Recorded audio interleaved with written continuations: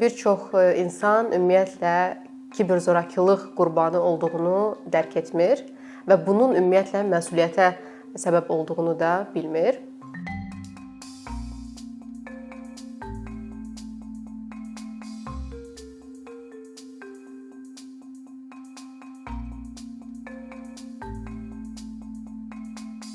Kiberzorakılıq nədir?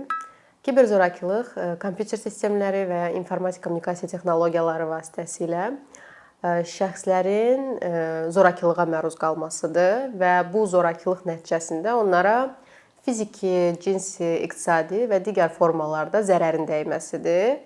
Sadə dildə desək, bu sosial şəbəkələr vasitəsilə, internet vasitəsilə şantaja məruz qalmaq, izləmə, yəni stalkinqa məruz qalmaq, kiberbullyinqə məruz qalmaq, yəni qısnamaya bir qrup şəxs tərəfindən təhdidə, təhqirə məruz qalmaq kiberzorakılıq anlayışı ilə əhatə olunur və bir çox insan ümumiyyətlə kiberzorakılıq qurbanı olduğunu dərk etmir və bunun ümumiyyətlə məsuliyyətə səbəb olduğunu da bilmir. Lakin artıq internet informasiya resurslarının inkişafı ilə bununla bağlı fərqli ölkələrdə qanunvericilik qəbul olunmağa başlayıb, xüsusilə Avropa ölkələrində kiberzorakılıq anlayışının özü belə qanunvericiliyə əlavə olunub və kiberzorakılığın fərqli növlərinə görə fərqli cür məsuliyyətlər nəzərdə tutulub. Bununla bağlı artıq Avropa məhkəməsinin də oturmuş təcrübəsi var. Belə ki, ilk işlərindən biri Avropa məhkəməsinin bununla bağlı Finlandiya qarşı olmuşdu. Bir uşaq sosial şəbəkələrdə, uşağın daha doğrusu şəkilləri paylaşılmışdı və onun ev nömrəsi paylaşılmışdı həmin saytda və şəxslər əlaqə saxlayır və orada yazılmışdı ki, mən sizinlə tanış olmaq istəyirəm və sərvə əlaxır. Bu hələ 90-cı illərdə baş vermiş bir hadisədir.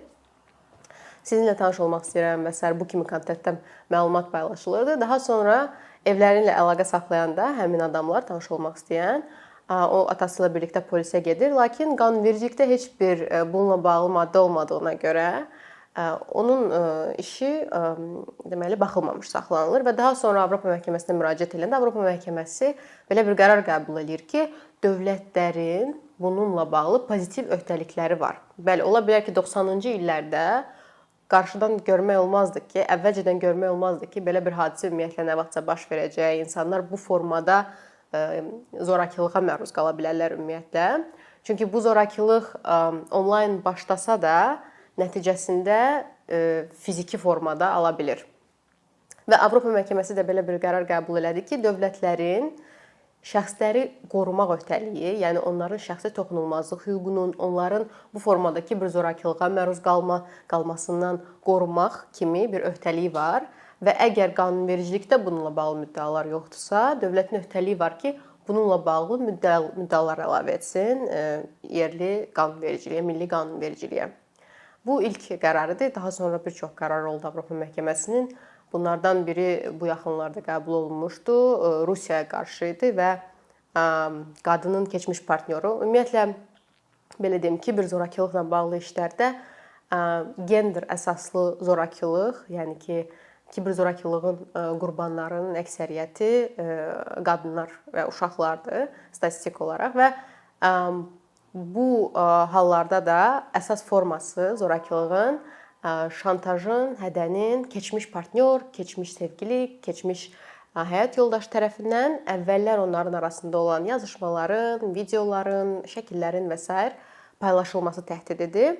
Və bu təhdid, şantaj da arxasında ya pul tələbi olur, ya da ki, münasibətin davam etməsi üçün bu şantaj eləyir həmin şəxslər. Və belə bir Rusiyada hadisə baş vermişdi. Qadının keçmiş partnyoru onu şantaj edirdi münasibətin davam etməsi üçün və yekunda qadının oğlunun məktəbində yaymışdı həmin video materialları və artıq həmin qadın polisə müraciət edib, prokurorluğa müraciət edib, bütün hüquq mühafizə orqanlarına müraciət edib və nəticədə heç bir tədbir görülmədiyinə görə, o artıq orada yaşaya bilmədiyinə görə köçüb Fransada yaşayıb və orada yaşadığı dövrdə Avropa məhkəməsi belə bir qərar çıxarmışdı ki, Rusiya hökuməti öz vətəndaşını qoruya bilmədi. Bu hallarda bizim təməl hüququmuz olan şəxsi həyatımızın toxunulmazlıq hüququ pozulmuş olur və indi dediyim кейsdə Rusiya timsalında bizim bu hüququmuz dövlət tərəfindən qorunmur.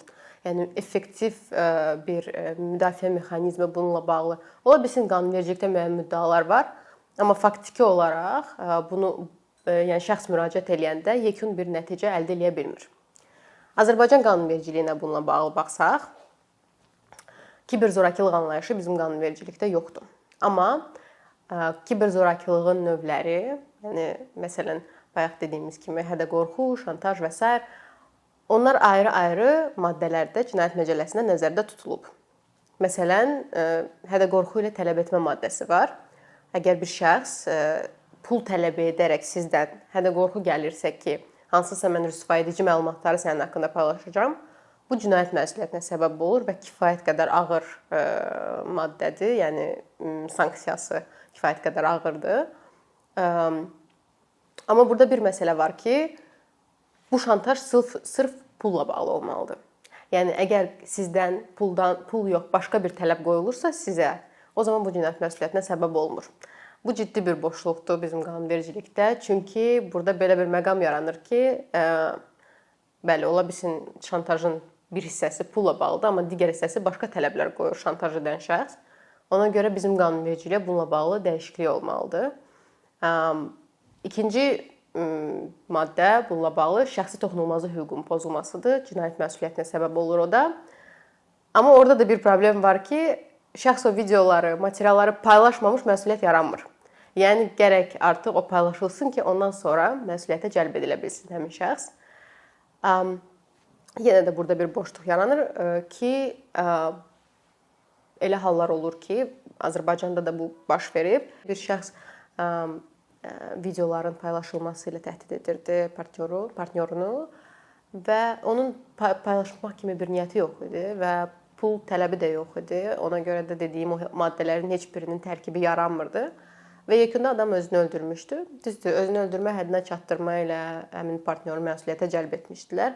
Amma bu artıq çox gec idi. Yəni qanunvericilik, hüquq bu formada işləməməlidir. Biz qarşısını almalıyıq bu kimi halların.